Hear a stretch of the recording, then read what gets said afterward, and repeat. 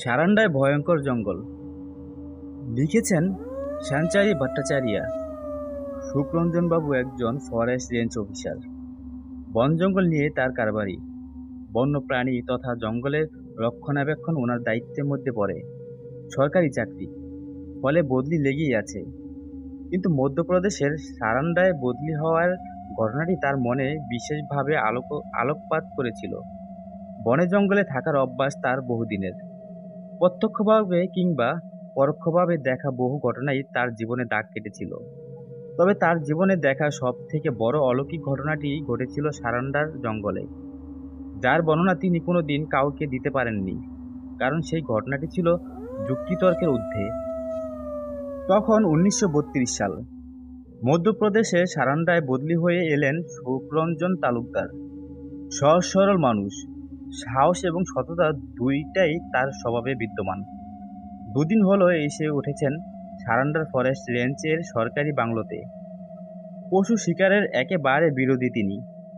যে কোনো জায়গায় গেলেই প্রথম কাজ জঙ্গলটা ভালো করে টহল দিয়ে নেওয়া, প্রতিটি প্রাণীর শারীরিক অবস্থা নিরীক্ষণ করা। শুধু বন্য অধিকারীর কারিক বললে ভুল হবে, ছোটখাটো পশু চিকিৎসকও বলা যায় তাকে।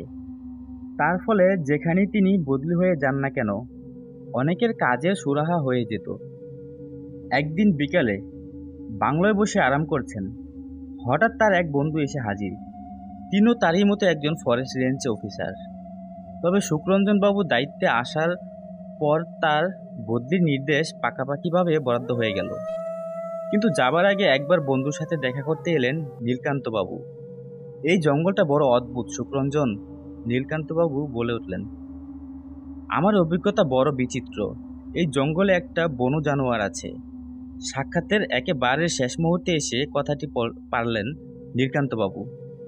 জঙ্গল সম্পর্কে তার করা মন্তব্যগুলির মধ্যে সবচেয়ে বেশি বিচিত্র ছিল এটাই।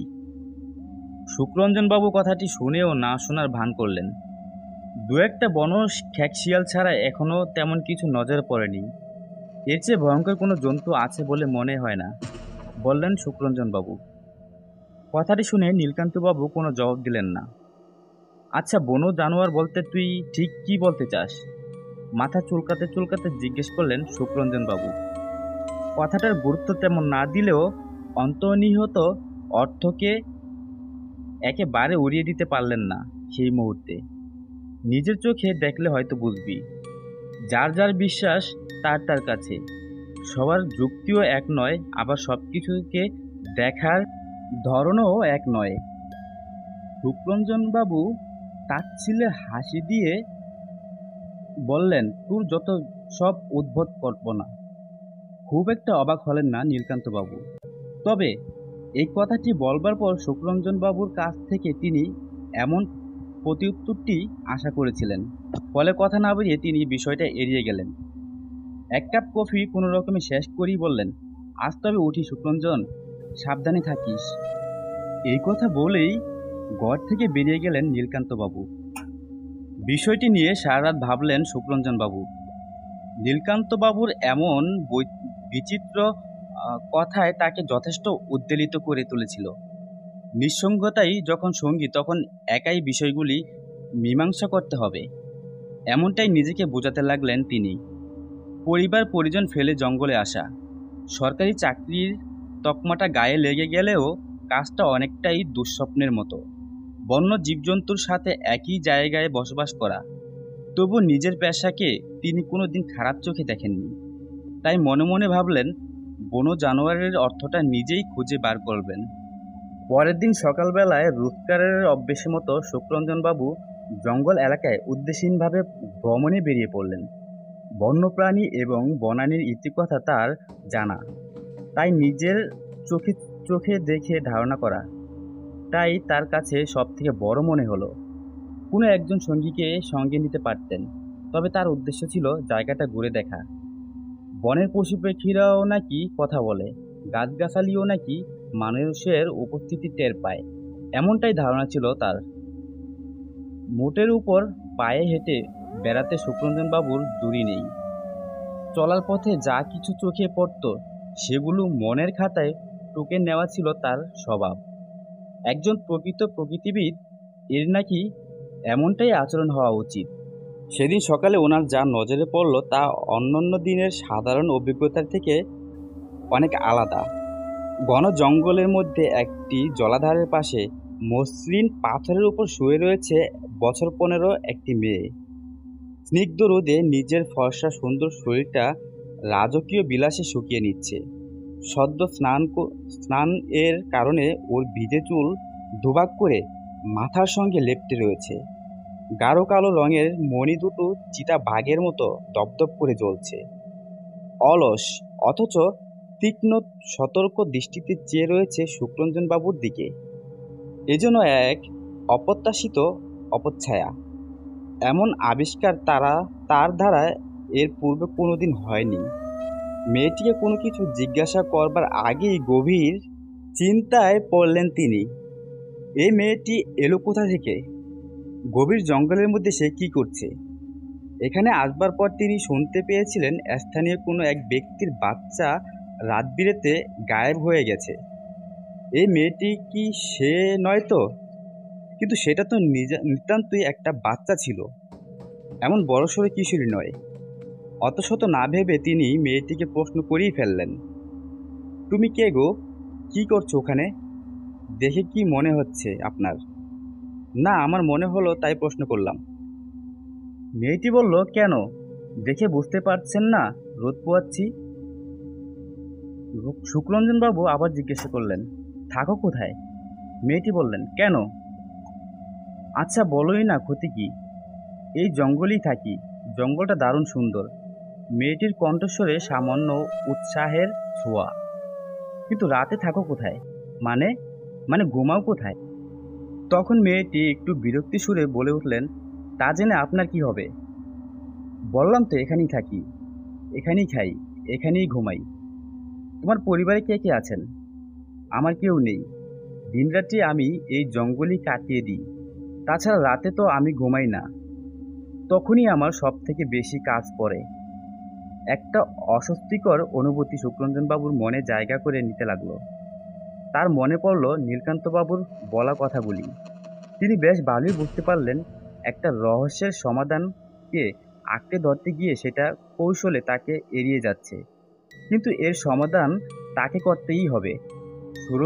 শুক্রঞ্জনবাবু আবার জিজ্ঞেস করলেন, তুমি কি খাও? মেয়েটি বলল, কাঁচা মাংস আমার খুব প্রিয়। খুব ধীরে ধীরে মেয়েটির শব্দগুলো উচ্চারণ করলো, যেন প্রতিটি শব্দের স্বাদ জিভে পরখ করে দেখে নিল সে। মেয়েটির আচরণ বড়ই অদ্ভুত। ক্রমাগতভাবে মেয়েটির তার দৃষ্টিশক্তিকে তীক্ষ্ণ করে তুলতে লাগলো। তবুও এক রহস্য উদ্ঘাটনই এখন তার কাছে সব থেকে গুরুত্বপূর্ণ কাজ। ভয় না পেয়ে শুক্রঞ্জনবাবু আবার প্রশ্ন করলেন। তবে এবারের প্রশ্নে মেয়েটি বেশ বিরক্ত বোধ করল।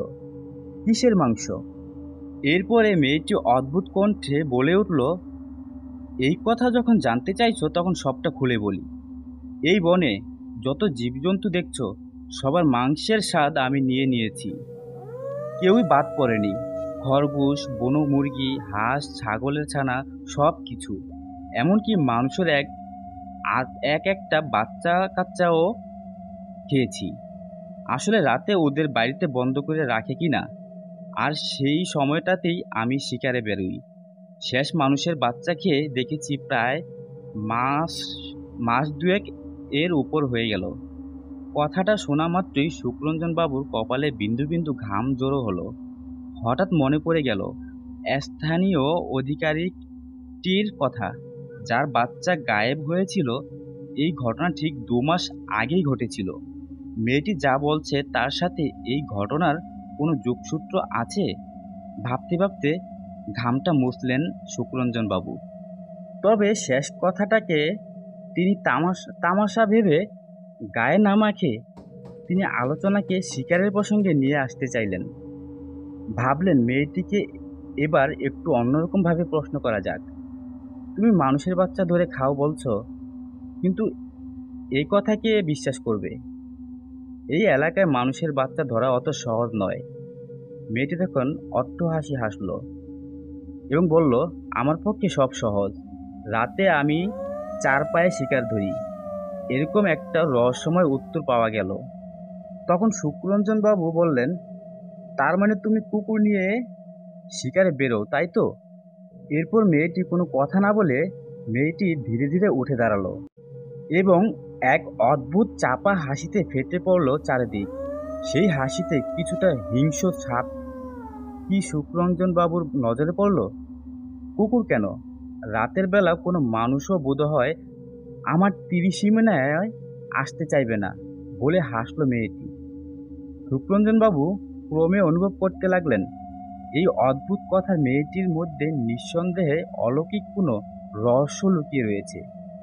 ভাবলেন স্থানীয় ব্যক্তিদের সাথে বিষয়টি নিয়ে আলোচনা করে দেখতে হবে। আবার পরে কথা হবে তোমার সঙ্গে বলেই সুখরঞ্জন বাবু ওই স্থান ত্যাগ করলেন। সেদিন রাতে স্থানীয় লোকজনকে ডেকে তিনি তার বাংলোতে একটি বৈঠকের আয়োজন করলেন। ফরেস্টের দেখাশোনা করেন যারা, সেই সমস্ত লোকগুলির কেউই এ বিষয়ে কোনো তথ্য দিতে পারলেন না। ফলে সুখরঞ্জন বাবুর চিন্তাটা আরও বেড়ে গেল। অনেকের মতে এমন হুলিয়ার কোনো মেয়েকে তারা কোনো দিনই দেখেনি এই জঙ্গলে। ফলে জটিলতার কোনো মীমাংসা করা গেল না। মনে মনে ভাবলেন, মেয়েটির সাথে দেখা হলে আরও কথা বলতে হবে। তাকে জানবার আর কোনো উপায় যে অবশিষ্ট নেই। তার পরের দিন আবার ওই পথেই গেলেন সুখরঞ্জন বাবু। ঠিক একই জায়গায় আবিষ্কার করলেন মেয়েটিকে। আজকে মেয়েটিকে আগের দিনের থেকে অনেক বেশি রুক্ষ সূক্ষ্ম মনে হলো। সুখরঞ্জন বাবু ঠিক করলেন মেয়েটিকে সঙ্গে করে তার বাংলোয় নিয়ে যাবেন। সুখরঞ্জন বাবু বললেন, তুমি কি করছো?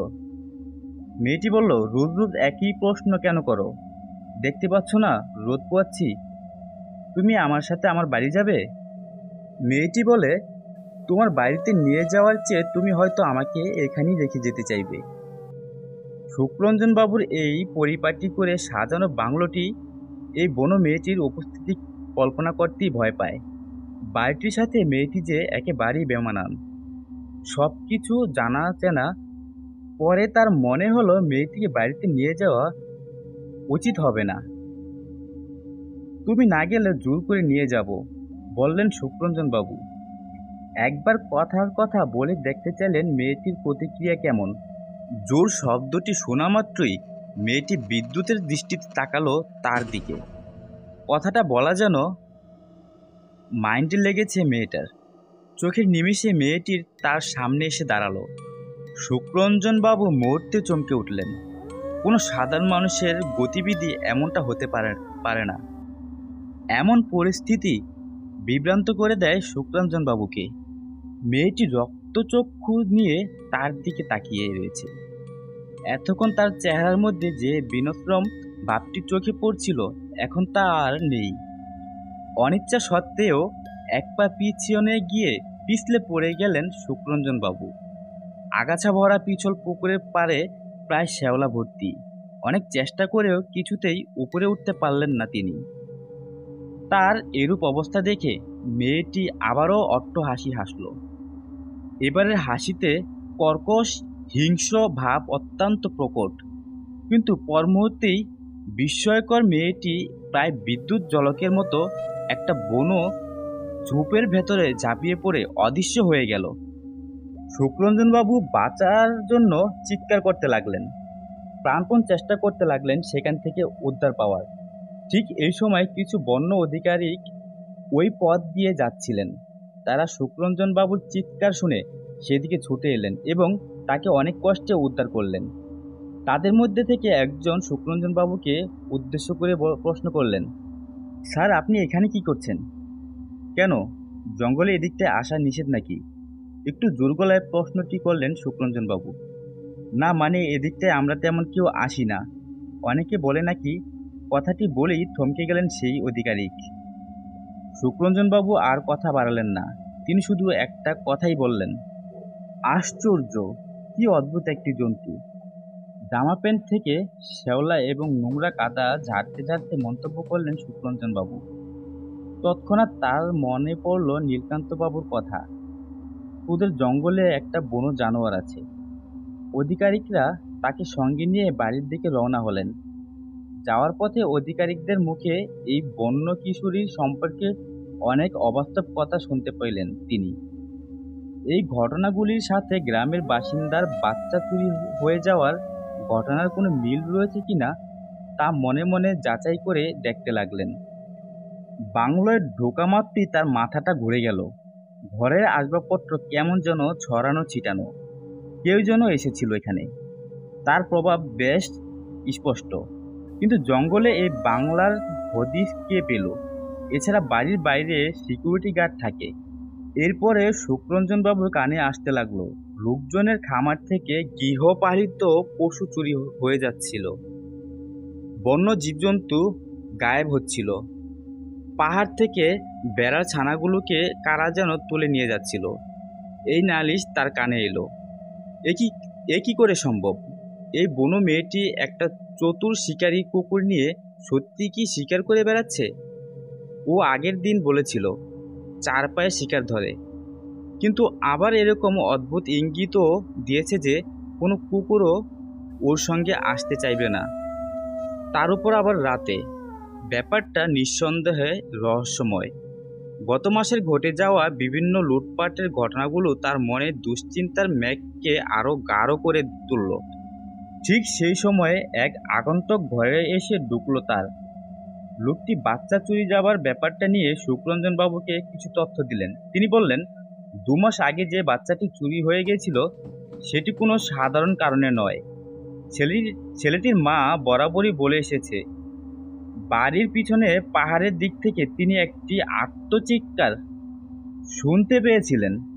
ঠিক সেই দিনই তার বাচ্চাটি চুরি হয়ে গিয়েছিল।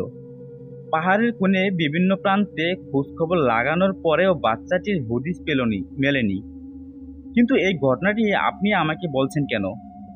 তার পিছনে মস্ত বড় কারণ আছে দাদাবাবু। আমি 2 দিন ধরে আপনাকে জঙ্গলের ওই দিকে যেতে দেখেছি।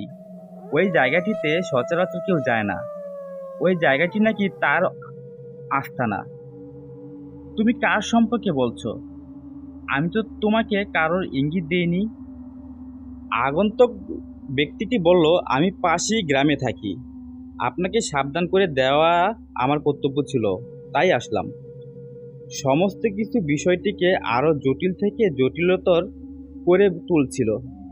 সুখরঞ্জন বাবুর কাছে সমগ্র বিষয়টি ধোঁয়াশায় পরিণত হচ্ছিল।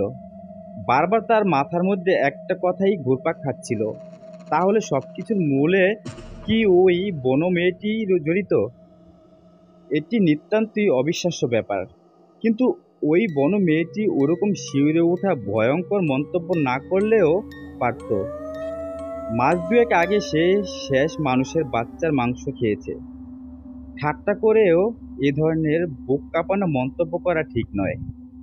ঠিক সেদিন রাতের বেলায় এক ভয়ঙ্কর আর্তচিৎকার শুনতে পেলেন তিনি। জঙ্গলের গভীরে কোনো নেকড়ের আর্তচিৎকার জঙ্গলের নিস্তব্ধতাকে ভেদ করে তার কানে এসে বিঁধছিল। কোনো সাধারণ নেকড়ের চিৎকার ছিল না সেটি। পরের দিন সকালে তার বাড়ির সামনে বেশ কিছু লোম পড়ে থাকতে দেখতে পেলেন। ভালো করে পর্যবেক্ষণ করে দেখলেন সেটি কোনো নেকড়ের লোম নয়। তাহলে এটি কি ছিল?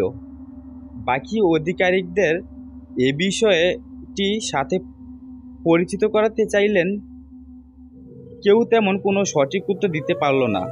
বিষয়টি আরো বেশি গুরুগম্ভীর হয়ে গেল তার কাছে। স্বভাববিরুদ্ধ ভাবে তার আবিষ্কারের কথা সবাইকে বলে বেড়ানোটা সমীচীন মনে করলেন না সুখরঞ্জন বাবু। বিষয়টি নিয়ে তিনি সকলের সাথে আলোচনা করতে চাইলেন না। এই রহস্যের উদ্ঘাটন করা কঠিন হলেও সাধারণ মানুষের মধ্যে বিষয়টি ছড়িয়ে পড়লে অনেকেই তার পদ নিয়ে সন্দেহ করতে পারেন। এমন সম্ভাবনাও রয়েছে যে হারানো বেড়া ও গৃহপালিত পশুর জন্য তার বাড়িতে মোটা আকারের ক্ষতিপূরণের বিল এসে হাজির হবে। সেদিন রাতে ঠিক করে কিছু খেতেও পারলেন না সুখরঞ্জন বাবু। পরের দিন সকালে প্রাতরাশের সময় সুখরঞ্জন বাবু স্পষ্ট বুঝতে পারলেন গতকালের ঘটনার অস্বস্তিকর অনুভূতি তার মন থেকে পুরোপুরি মিলিয়ে যায়নি। তিনি ঠিক করলেন একটি গাড়ি নিয়ে পাশের শহরে যাবেন। আপাতত কয়েকদিনের জন্য নীলকান্তবাবু সেই শহরেই একটি হোটেলে উঠেছেন। তার সাথে বিগত দিনে ঘটে যাওয়া সমস্ত বিষয়গুলো পুঙ্খানুপুঙ্খভাবে আলোচনা করাটা দরকার মনে করলেন তিনি। সত্যি সত্যি কি দেখে নীলকান্তবাবু সেদিন মন্তব্য করেছিলেন, তোদের জঙ্গলে একটা বনো জানোয়ার আছে, এর আসল তথ্য তাকে খুঁজে বার করতেই হবে। শুক্ররঞ্জনবাবু রওনা হতে যাবেন এমন সময় দেখলেন ড্রয়িং রুমে গদি আটা সোফার উপরে স্বাভাবিকভাবে বিশ্রামের ভঙ্গিতে হাত পা ছড়িয়ে শুয়ে আছে জঙ্গলের সেই বন্য মেয়েটি। শেষবার তিনি যেমন দেখেছিলেন তার চেয়ে ওর শরীর এখন শুকনো, তবে সাজ পোশাকে অন্য কোনো পরিবর্তন নজরে পড়ল না। শুক্ররঞ্জনবাবুর দিকে তাকিয়ে মেয়েটি তীক্ষ্ণ দৃষ্টিতে কিছু যেন বোঝাতে চাইছিল। তার প্রতিটি ইঙ্গিত যথেষ্ট রহস্যময়। কোন সাহসে এখানে এসেছো? ভয়ঙ্কর সুরে প্রশ্ন করলেন শুক্ররঞ্জনবাবু। ভাবলাম জঙ্গলে একা থেকে আর কি হবে, এছাড়া তুমি তো বলেছিলে জঙ্গলে একা না থাকতে, শান্ত স্বরে মেয়েটি বলল। মেয়েটিকে দেখে আজকে আর দয়া করতে ইচ্ছে করল না তার। মেয়েটির এমন আকস্মিক অভিভাবের কারণ কি তা বুঝতে পারলেন না তিনি। আমায় এখন বেরোতে হবে, তুমি আপাতত যাও বলি মেয়েটিকে হাত ধরে বার করে দিলেন শুক্ররঞ্জনবাবু। মেয়েটি কিছু বলল না। শুক্ররঞ্জনবাবু পরিষ্কার জানিয়ে দিলেন, আমি না থাকলে এখানে আসবে না আর কোনো দিন। বাংলোর বাইরে আসতেই চোখের নিমিষে অন্ধকারে গায়েব হয়ে গেল সেই মেয়েটি। এত তাড়াতাড়ি কিভাবে কোনো মানুষের পক্ষে চোখের আড়াল হওয়া সম্ভব? গাড়িতে যেতে যেতে বারবার তার একটা কথাই মাথায় আসছিল, মেয়েটির চলাচলন সত্যি ভীষণ রকম অদ্ভুত। শুধু তাই নয়, আজকে হঠাৎ মেয়েটি তার বাংলোয় এসে যেভাবে আরাম করছিল সেটাও বড্ড অবাক করে দেবার মতোই ব্যাপার। কিন্তু মেয়েটি বাংলোয় এলো কিভাবে? ঘটনা অনেক হলেও কোথাও না কোথাও যোগসূত্রের কেন্দ্রবিন্দু ওই মেয়েটি, এমনটাই মনে হতে থাকলো তার। পথে যেতে যেতে হঠাৎ তার গাড়িটা থমকে দাঁড়ালো। শুক্ররঞ্জনবাবু দেখলেন গাড়ির সামনে কেউ যেন দাঁড়িয়ে রয়েছে। গাড়ির হেডলাইটের আলোটা গিয়ে পড়েছে তার মুখে। তিনি দেখে চমকে উঠলেন, সেই বন্য মেয়েটি দাঁড়িয়ে আছে। তাকে ঘিরে দাঁড়িয়ে রয়েছে অজস্র নেকড়ে। নেকড়েগুলো গু গু শব্দ বার করছে, যেন তীব্র প্রতিবাদের সুর ভেসে আসছে তাদের গলার স্বরের মধ্যে দিয়ে। কোনো সত্যকে লুকোতে চাইছে তারা, আর তাদের প্রতিনিধিত্ব করছে এই মেয়েটি। শুক্ররঞ্জনবাবু তাদের তোয়াক্কা না করে সজোরে গাড়ি চালিয়ে সেখান দিয়ে বেরিয়ে গেলেন। আবার কোনো নতুন ভয় ঘিরে ধরল তাকে। শুক্ররঞ্জনবাবু যা দেখেছেন তা এতই অস্বাভাবিক যে সত্যিকারের কোনো সুস্থ মানুষ তাকে প্রকৃত ঘটনার মর্যাদা দিতে চাইবে না। নীলকান্তবাবুর বাড়িতে পৌঁছতে অনেক রাত হয়ে গেল। নীলকান্তবাবু তাকে দেখেই বুঝলেন পূর্বের ঘটে যাওয়া ঘটনাগুলির সত্যতা যাচাইয়ের স্বার্থেই শুক্ররঞ্জনবাবুর আগমন ঘটেছে। তাই তিনি অবাক হলেন না। শুক্ররঞ্জনবাবু বড্ড তাড়া নিয়ে সেদিনকে গিয়েছিলেন। রাতটা ওখানে কাটানো তার পক্ষে সম্ভব ছিল না। নীলকান্তবাবুকে তিনি পূর্বে ঘটে যাওয়া সমস্ত ঘটনার বিবরণ দিলেন। কিছু অধরা সত্যের কথা জানতে চাইলেন তার কাছে। নীলকান্তবাবু বললেন, তোর ওখান থেকে যেদিন চলে আসি তার আগের দিন সন্ধ্যায় তোদের বাগানের দরজার কাছে কতগুলো আগাছা ঝোপের আড়ালে আমি দাঁড়িয়েছিলাম। দেখছিলাম অস্ত যাওয়া সূর্যের মিলিয়ে আসা আলো। হঠাৎ এক কিশোরীকে নজরে পড়ল। ভাবলাম হয়তো গ্রামেরই কোনো বাসিন্দা, আশেপাশের কোনো পুকুরে স্নান করতে এখানে এসেছে। মেয়েটিও খোলা পাহাড়ের উপরে দাঁড়িয়ে সূর্যাস্ত দেখছিল। হাবভাব ভীষণই অদ্ভুত মনে হয়েছিল মেয়েটির। ওর দাঁড়ানোর বন্য ভঙ্গি আমাকে মুগ্ধ করেছিল। আমি কিছু না বুঝেই মেয়েটির পিছু করলাম। মেয়েটির খুব কাছাকাছি এসে তাকে ডাকতে যাব, ঠিক সেই সময় মুহূর্তেই সূর্য অস্ত গেল পাহাড়ের আড়ালে। আর ঠিক সেই সময় ঘটল এক আশ্চর্য ঘটনা। মেয়েটি হঠাৎ অদৃশ্য হয়ে গেল। অদৃশ্য হয়ে গেল মানে? উত্তেজিতভাবে জানতে চাইলেন শুক্ররঞ্জনবাবু। নীলকান্তবাবুর স্থির দৃষ্টি সন্দেহটা আরো বাড়িয়ে দিল। সব থেকে অদ্ভুত ব্যাপার ছিল সেটাই, খোলা পাহাড়ের ঠিক যে জায়গাটায় এক সেকেন্ড আগেও মেয়েটি দাঁড়িয়েছিল, এখন সেখানে দাঁড়িয়ে একটা বিশাল নেকড়ে। গায়ের রং কুচকুচে কালো, সদন্ত চকচক করছে। হলদে চোখ দুটো নিঃশংসতায় ভরা। ভাবতে পারছিস? কথাটা শেষ করেই ভয়ে পেয়ে কাঁপতে থাকলেন নীলকান্তবাবু।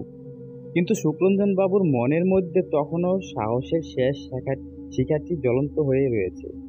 উনি এইসব অবান্তর কথায় বিশ্বাস করতে পারলেন না, কারণ মেয়েটিকে সচক্ষে তিনি দুদিন দেখে এসেছেন। বন্য মেয়েটিকে মানুষ নেকড়ে অক্ষায় ভূষিত করা চলে না। এই মুহূর্তে তিনি স্থান ত্যাগ করলেন, গাড়ি নিয়ে জঙ্গলের পথ ধরে ফিরতে লাগলেন। একটা সময় গাড়িটি হঠাৎ বন্ধ হয়ে গেল। চারিদিকে ঘন জঙ্গল।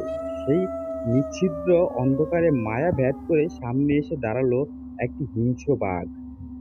সুখরঞ্জন বাবুর সঙ্গে একটি লাইসেন্সপ্রাপ্ত রিভলভার সব সময়ই থাকতো, কিন্তু বাঘের আয়তন এর কাছে তার রিভলভারটি ছিল খুবই ক্ষুদ্র।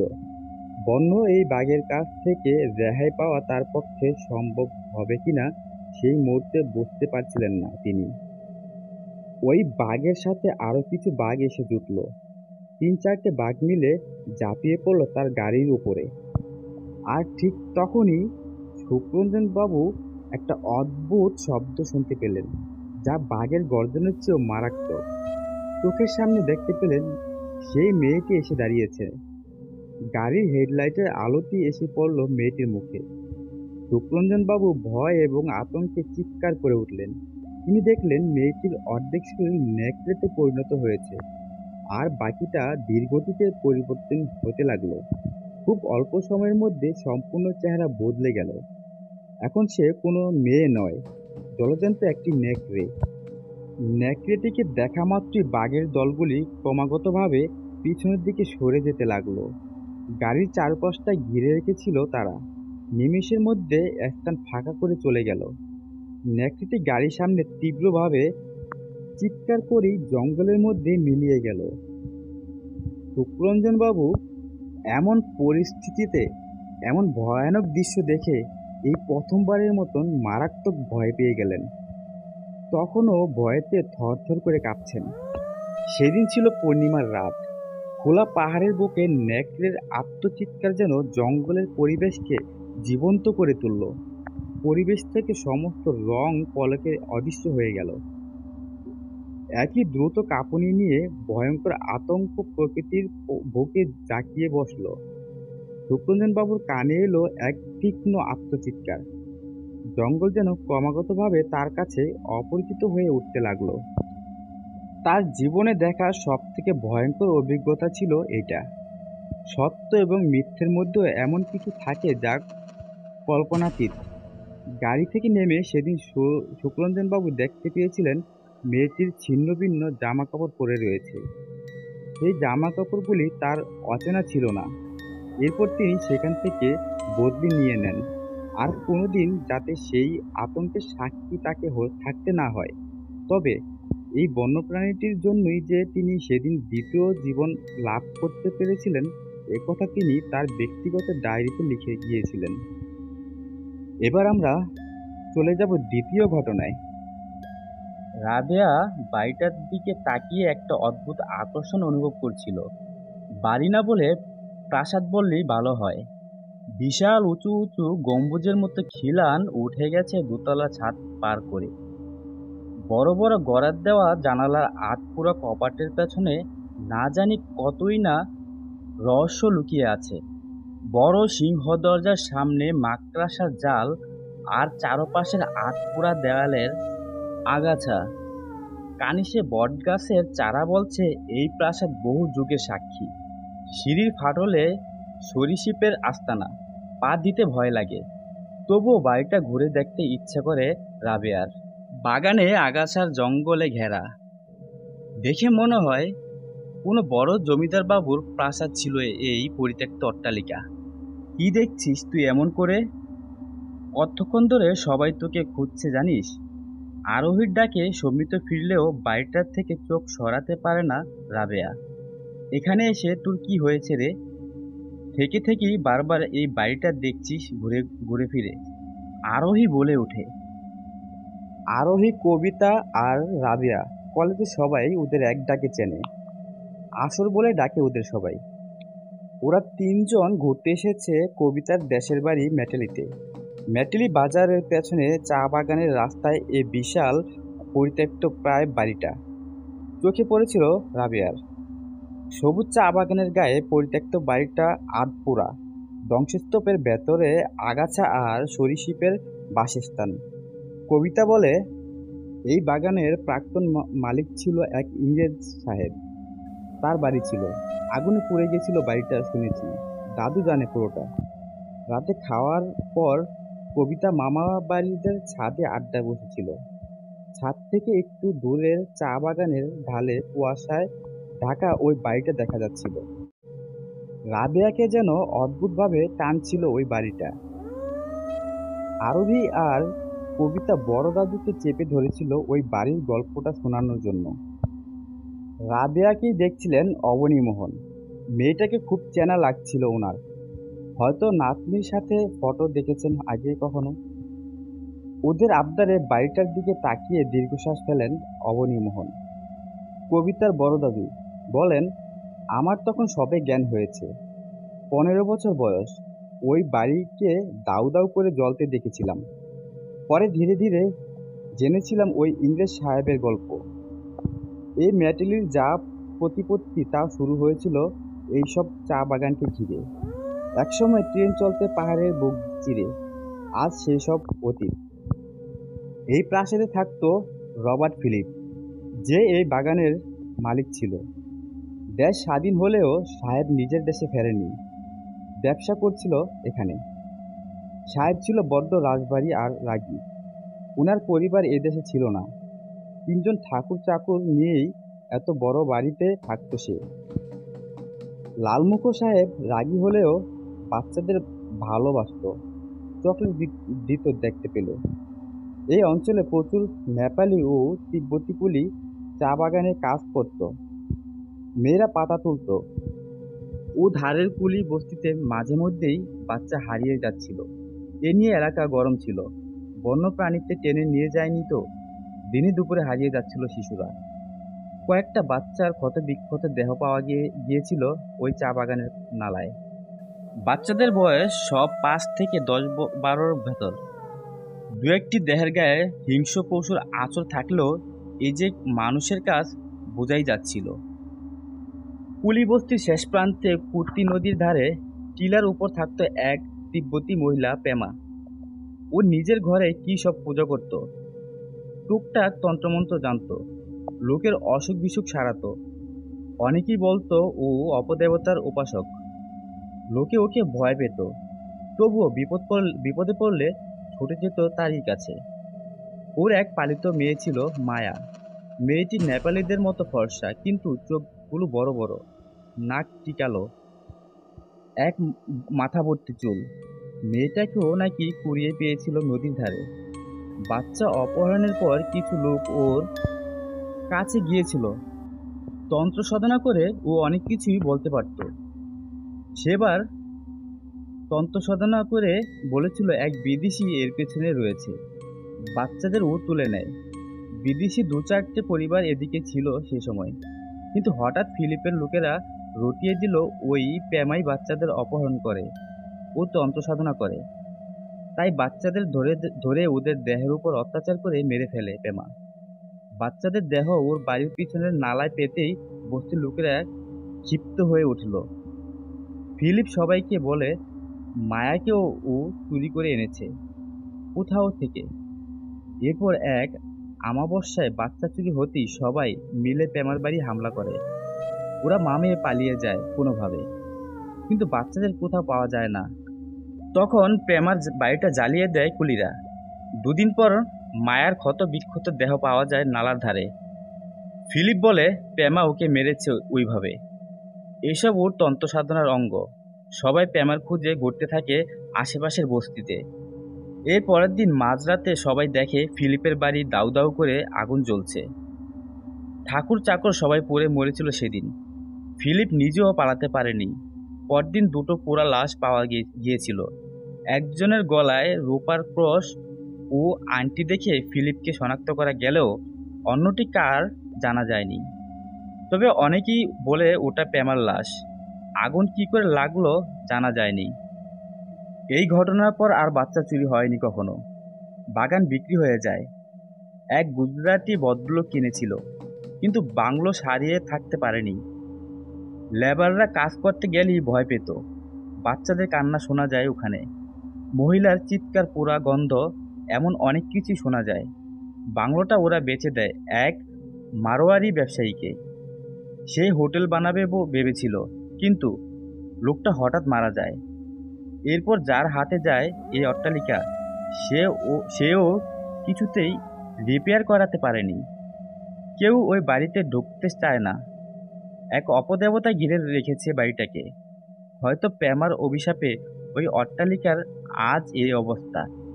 গল্প শেষ হতেই আরোহী বলে, কিন্তু প্রেমানা ফিলিপকে দোষী সাব্যস্ত করেছিল।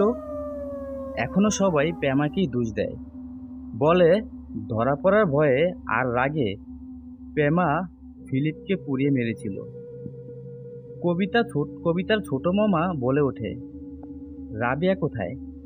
আচমকা কবিতার কথায় সবাই ওর দিকে তাকায়। ছাদের শেষ প্রান্তে সিঁড়ির পাশে বসেছিল রাবেয়া আর কবিতা। রাবেয়াকে কোথাও দেখা যাচ্ছে না। এ ওর দিকে তাকাচ্ছে। বড় মামা বলে, নিচে জল খেতে বা টয়লেটে গেছে হয়তো। মুহূর্তের মধ্যে সারা বাড়ি খুঁজেও তাকে পাওয়া যায় না। কাজের লোক রামপদ বলে ওকে বেরিয়ে যেতে দেখেছে। ও আবার ওই বাড়িতে গেছে। আমাদের এখনই যেতে হবে ওখানে। আরোহী কাঁপা কাঁপা কণ্ঠে বলে ওঠে। কবিতার দুই মামা, দাদু, মামার ছেলে রাজকে নিয়ে ওরা বেরিয়ে পড়ে, সাথে দুটো বড় টর্চ আর মোবাইলের আলো। পাড়ার দু একজন ওদের সাথে যোগ দেয় সব শুনে। বাড়িটার সামনে গিয়ে সবাই থমকে দাঁড়ায়। চাঁদের আলোয় আধপোড়া বাড়িটা আরো বীভৎস লাগছে।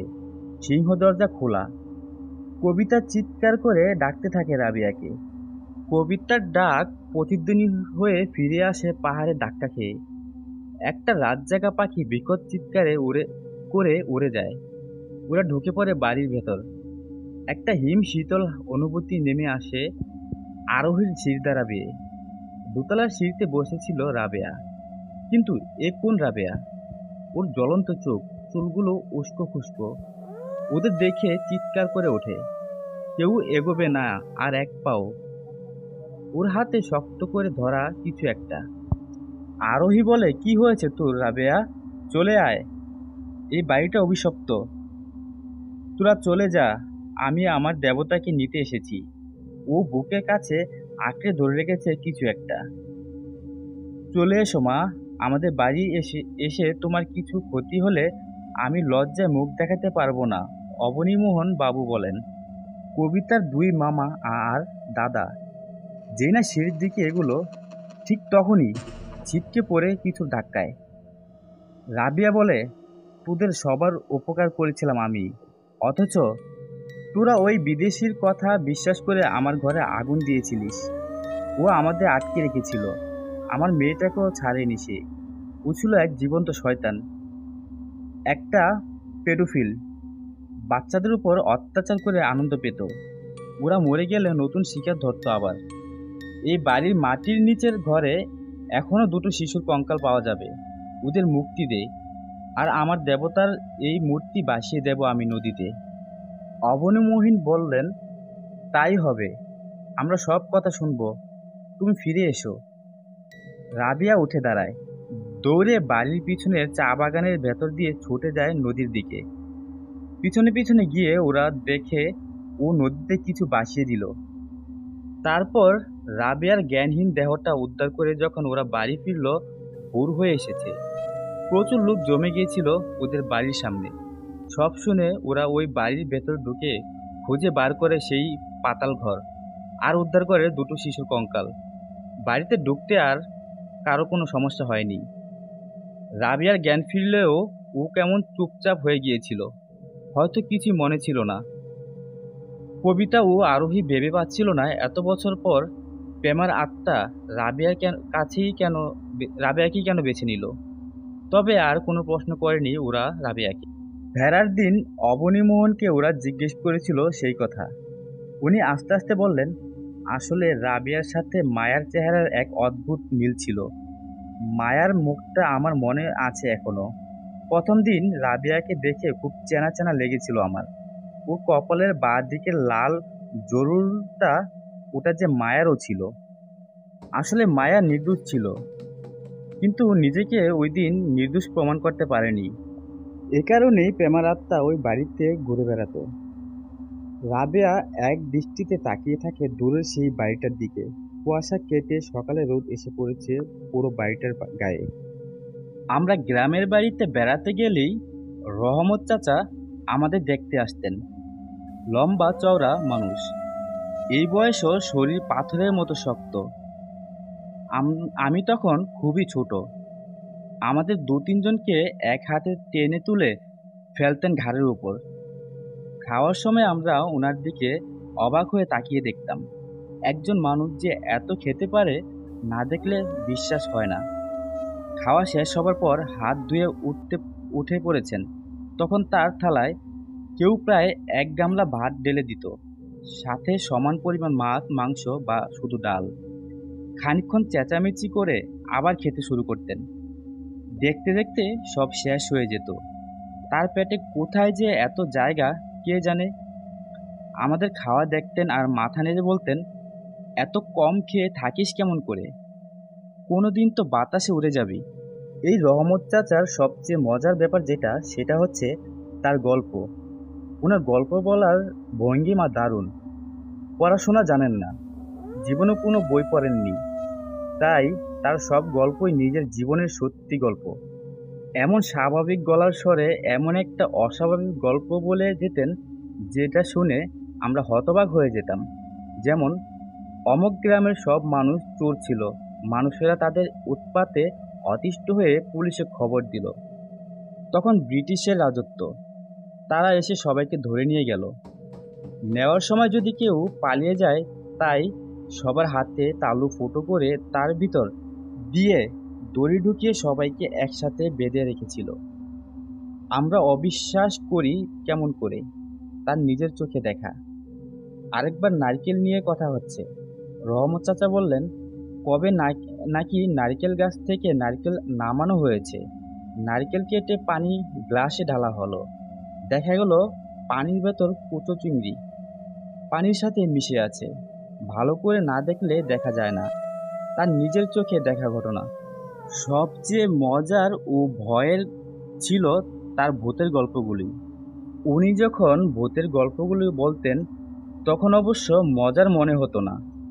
ভয়ে হাত পা শরীরের ভিতর সেদিয়ে গিয়েছিল।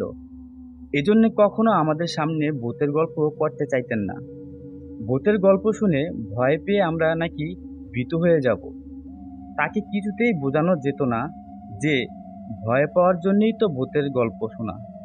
তাছাড়া আমরা তো এমনিতেই ভীতু, নতুন করে ভীতু হবার প্রশ্ন কোথায়?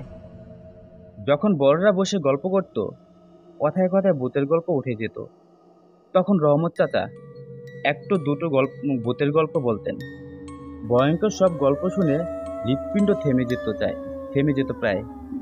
তার কাছ থেকে শোনা সবচেয়ে যেটা ভয়ের গল্প, সেটা এরকম, তার নিজের বাসাতেই বলি। সে অনেক দিন আগের কথা। আমার বয়স তখন মাত্র 25 কি 26। সে সময়ে আমাদের বাসায় গায়ে রশিদ মিয়া নামে একজন লোক থাকত। এরকম বদমাইশ লোক আমি আমার জীবনে খুব কম দেখেছি। এমনিতে তার সুদের কারবার ছিল, কিন্তু এমন কোনো খারাপ কাজ নেই যেটা সে করেনি। লোকজনকে ফাঁকি দিয়ে তাদের জমি লিখে নেওয়া থেকে শুরু করে কম বেশি মেয়েদের জোর করে বিয়ে করে ফেলা, কিছুতেই তার আপত্তি নেই। শুকনো দড়ির মতো চেহারা, থুতনিতে অল্প কিছু দাড়ি, মাথায় টুপি, মুখে সবসময় পান কস বেয়ে পানের পিক পড়ছে, দাঁতগুলি লাল। সেই রশিদ মিয়াকে এক রাতে কারা এসে খুন করে গেল। বাজার থেকে ফিরে আসছিল, বাড়ির কাছে বাজার, তার কাছে আসতেই লাঠির এক আঘাতে মাথা দুফাক। ধরফর করতে করতে কিছুক্ষণের মাঝেই সে শেষ। মানুষ মারা গেলে খুশি হতে নেই, কিন্তু রশিদ মিয়া মারা গেলে 3-4 গ্রামের অনেক মানুষ খুশি হয়েছিল। তার পরের দিন অনেক থানা পুলিশ হলো। সদর থেকে দারোগা নিজে এলেন, লোকজনকে জিজ্ঞাসাবাদে করে কাগজপত্রে সবকিছু লিখে নিলেন। যাওয়ার যাওয়ার সময় বলে গেলেন রশিদ মিয়ার লাশ শহরে নিয়ে যেতে। খুনের মামলা, লাশ নাকি কেটে দেখতে হবে। কে যাবে রশিদ মিয়ার লাশ নিয়ে? দু চোখের বিষ ছিল এলাকার সব লোকের, কারো এতটুকু গরজ নেই। গ্রামের মাতব্বরেরা তখন অনেক কষ্ট করে আমাদের কয়েকজনকে রাজি করালেন। জোয়ান বয়স তখন, ভাবলাম কি আছে, নিয়ে যাই লাশটাকে। মরে যখন গেছে, রাগ পুষে আর কি হবে। দুজন বলল তারা যেতে পারে, কিন্তু লাশ পৌঁছেই তাদের ফিরে আসতে হবে, বাড়িতে জরুরি কাজ আছে। মাতব্বরেরা তাতেই রাজি। গরমের দিন, লাশ বেশিক্ষণ ফেলে রাখা যায় না। আমরা চারজন আর গ্রামের মাতাব্বর মোট 5 জন রওনা দিলাম শহরে। শুকনো টিংটিঙে রশিদ মিয়ার শরীর, কিন্তু কি ওজন! জান বের হয়ে গেল 4 জন জোয়ান মানুষের। আমাদের মাঝে আফজালের বয়স কম, ভয় বেশি। একটু পরে পরে বলল, লাশ এত ভারী কেন? এর মধ্যে একজন বলে উঠল, তেনারা ভর করেছেন নাকি। তেনারা কিনা জানি না, কিন্তু চাটাই দিয়ে পেঁচিয়ে বাঁশের সাথে বেঁধে লাশ আনতে আনতে আমাদের ঘাম ছুটে গেল। নদীর একদিকে শহর, অন্যদিকে লাশ কাটা ঘর, আশেপাশে ধানি জমি, মাঝখানে ছোট একটা লাল রঙের ঘর। চারপাশে বন জঙ্গল ঘরটাকে প্রায় ঢেকে রেখেছে। দরজায় তালা মারা ছিল, কিন্তু পুরনো জংধরা তালা ধাক্কা দিতেই নিজে থেকে খুলে গেল। ভিতরে উঁচু টেবিল, কংক্রিট দিয়ে লাশ কাটা ঘরের সাথে পাকাপাকিভাবে তৈরি করা হয়েছে। টেবিলের উপর রশিদ মিয়াকে রেখে আমরা বের হয়ে এলাম। ভিতরে কি ভুট্টা গন্ধ! বাইরে এসে দেখি বেশ কিছু অদ্ভুত রকমের কুকুর লাশ কাটা ঘরের চারপাশে ঘোরাঘুরি করছে। আমাদের দেখে মোটেও ভয় পেল না। ব্যারিস লাশ নিশ্চয়ই জানাজা না পড়িয়েই আশেপাশে পুঁতে ফেলে দেখলাম। কুকুরগুলি মাটি খুঁড়ে খুঁড়ে হাড়গোড় বের করছে। আমাদের দেখে সরে গেল না, উল্টো আমাদের চোখের দিকে ঠান্ডা চোখে তাকিয়ে রইল। ভাবখানা, এই লাশগুলি হেঁটে বেড়াচ্ছে কেমন করে, দেখে কেমন জানি ভয় লাগে। যে দুজনের ফিরে যাবার কথা, তারা একটু বিশ্রাম নিয়ে তাড়াতাড়ি রওনা দিয়ে দিল। বেশি রাত হবার আগেই তারা গ্রামে পৌঁছাতে চায়। আমরা বাকি 3 জন অপেক্ষা করছি, কিন্তু লাশ কাটার জন্য ডাক্তার বা অন্য কেউই আসে না। আবার রাত হয়ে গেলে মুশকিল, তাই আমাদের মাতব্বর ঠিক করলেন থানায় গিয়ে খোঁজ নেবেন। একা যেতে ভরসা পান না। গ্রামের মানুষ শহরে গেলে মানুষের ভিড়ে তাল হারিয়ে ফেলেন, সাথে আরেকজনকে নিয়ে যেতে হয়। আফজাল কখনো শহর দেখেনি, আমি তাকে বললাম সাথে যেতে, শহরটা দেখে আসুক। মরা একটা লাশ তো পালিয়ে যাবে না, একজন থাকলেই হয়। ওই বাজে কুকুরগুলি না থাকলে পাহারা দেবার দরকার ছিল না। আফজাল আমাকে একা রেখে যেতে ইতস্তত বোধ করছিল। জায়গাটা নাকি ভালো নয়। আমি হেসে উড়িয়ে দিলাম। পরিষ্কার দিনের বেলা, চারপাশে ধানের ক্ষেতে চাষিরা কাজ করছে, ভয়ের কি আছে। ওনারা চলে যাওয়ার পর আমি একা একটু দূরে বসে রইলাম। মাঝে মাঝে তাকিয়ে তাকিয়ে লাশ কাটা ঘরটাকে দেখি। কুকুরগুলো ঘুরঘুর করছে, ঘুর ঘুর করে চাপা সরে নিজেদের ভিতরে ঝগড়া করে মাঝে মাঝে মাটি থেকে ঘুরে তুলে কি যেন কসমস করে খায়। ভারী অস্বস্তি লাগে মনে। কথা ছিল ওরা ঘন্টাখানেকের মাঝে ফিরে আসবে, কিন্তু বেলা পড়ে এলো, তবুও তো কেউ আসে না। আমি পড়েছি মুশকিলে, না পারি যেতে না পারি থাকতে। চাষিরা সবাই বাড়ি ফিরে যেতে শুরু করে। দু একজন কৌতূহলী মানুষ আমার সাথে কথাবার্তা বলল।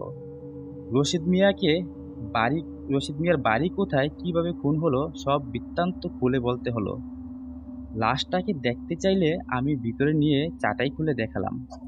মানুষের এই একটা জিনিস বড় আশ্চর্য, একটা মরা মানুষ না দেখে কিছুতেই যাবে না। মরে যাবার পর রশিদ মিয়ার চোখ কেউ বন্ধ করে দেয়নি, তাই চোখ খোলা ছিল। উপরের দিকে স্থির চোখে তাকিয়ে আছে, মুখটা অল্প হা করা, ময়লা হলুদ দাঁত বের হয়ে আছে। দেখে কেমন যেন অস্বস্তি হয়। চাষিরা আমাকে বলল লাশ কাটা ঘরের দরজাটা দড়ি দিয়ে বেঁধে চলে যেতে। সন্দেহ হয়ে আসছে, আজ আর কেউ আসবে না। আর এই জায়গাটা নাকি বরাবরই রকমের খারাপ। মানুষজন নাকি দিন দুপুরই ভয় পায়। রাতে নাকি কুকুরের মতো দেখতে, তবে কুকুরের আকারের চেয়ে বেশ কিছুটা বড়, সাদা রঙের অনেকগুলো কুকুর নাকি এখানে এসে ঘোরাফেরা করে। কোথা থেকে আসে আবার কোথায় চলে যায় কেউ জানে না। আমি কি করব বুঝতে পারছিলাম না।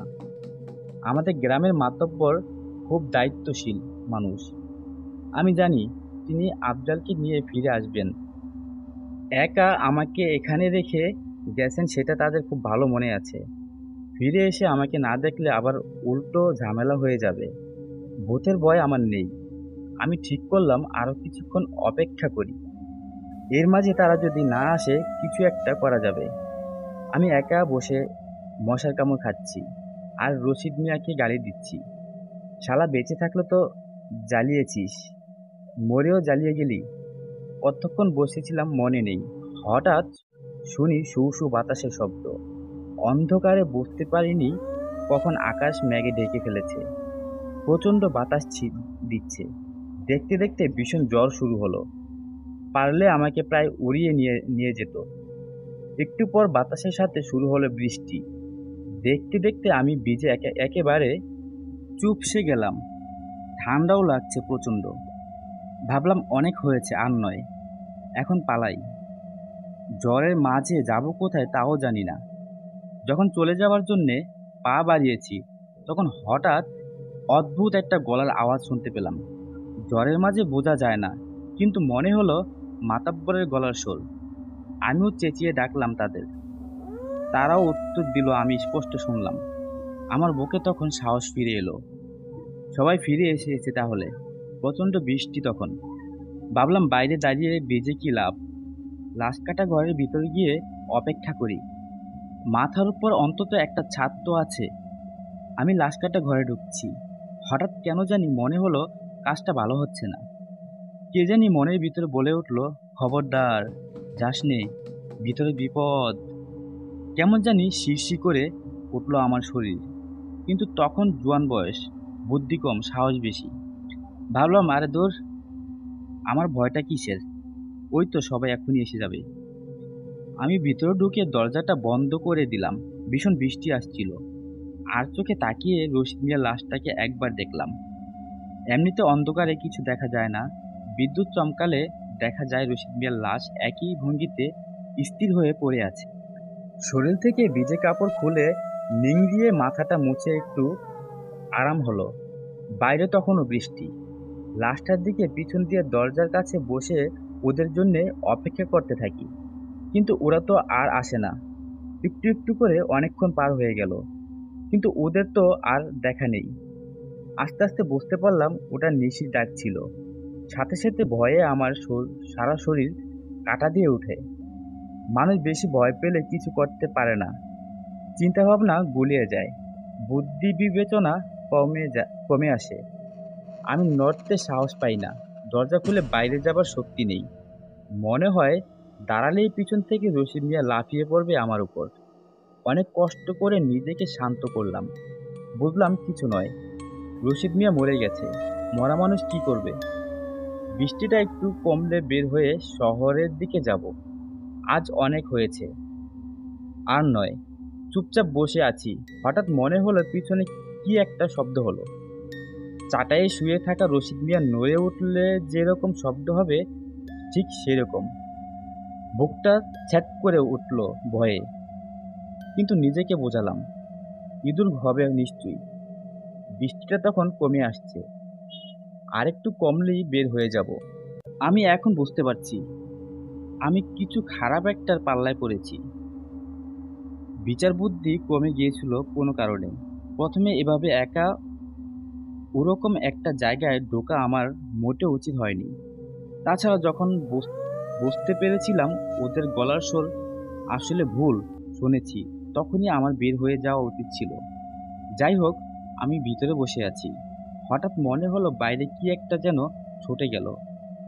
আমি চমকে উঠি, কিন্তু চমকে উঠে বসেই থাকি, আর কিছু করি নাই।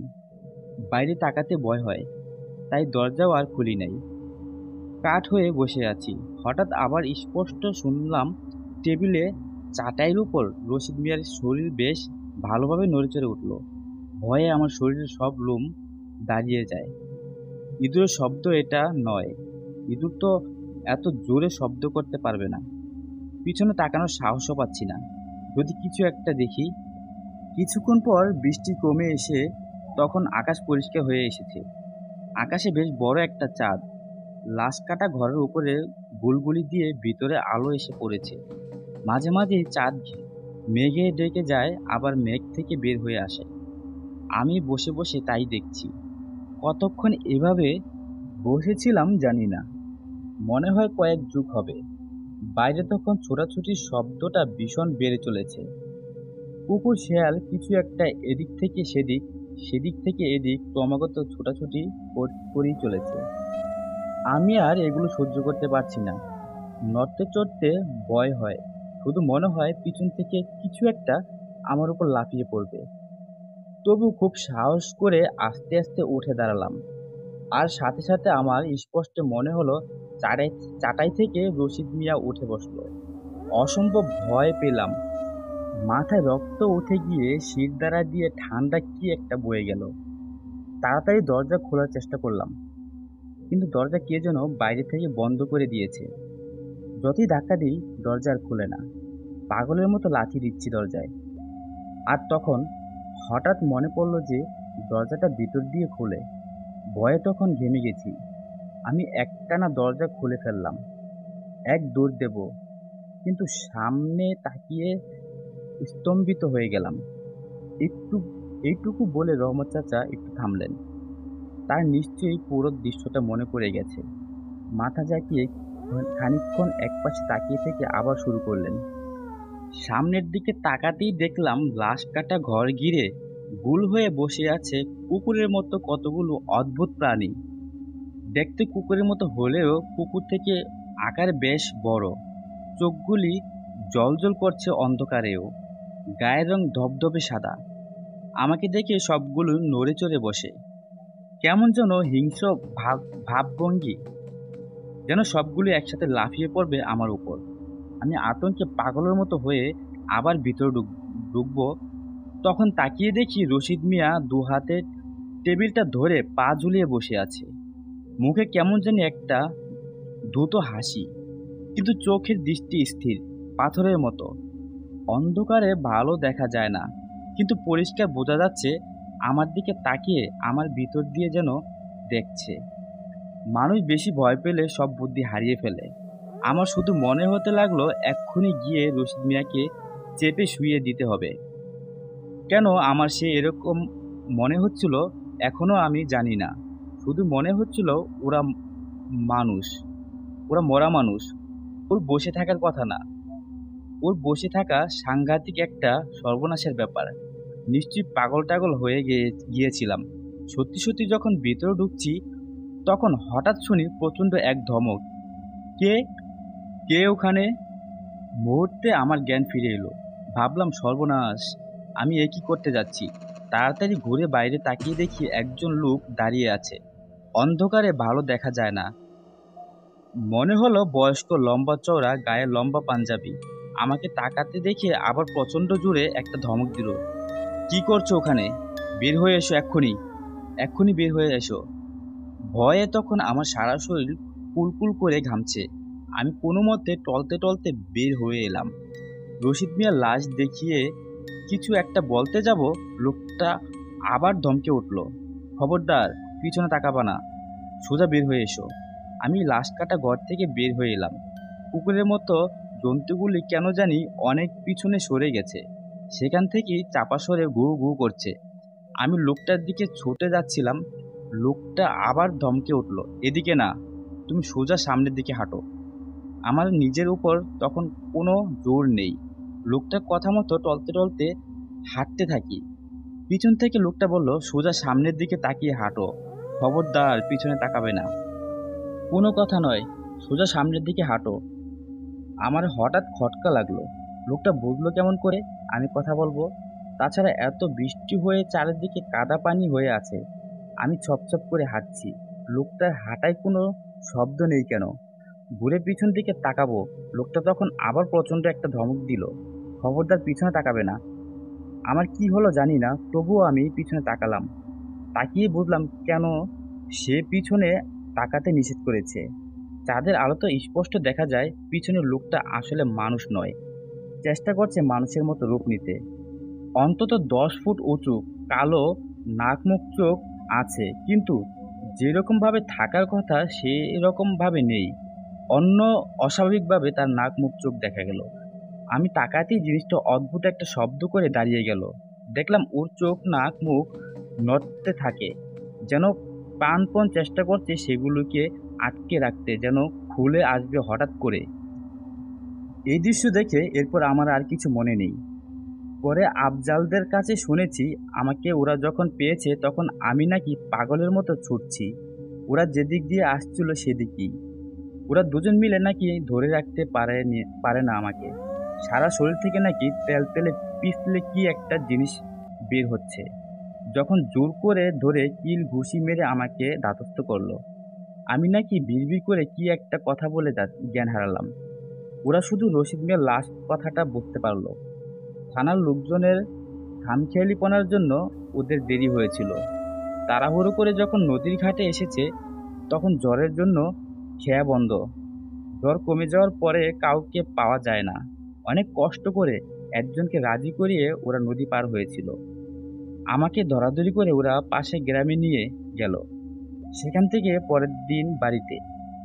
রহমত চাচা থামতেই কে একজন জিজ্ঞেস করলো, রশিদ মিয়ার লাশের কি হলো?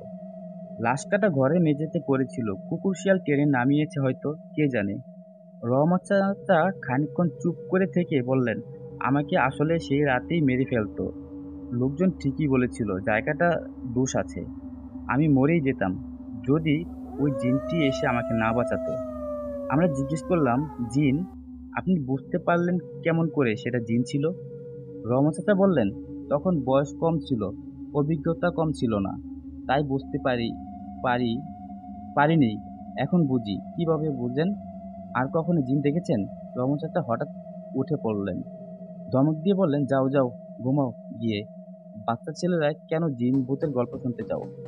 এরপর উনি এখান থেকে চলে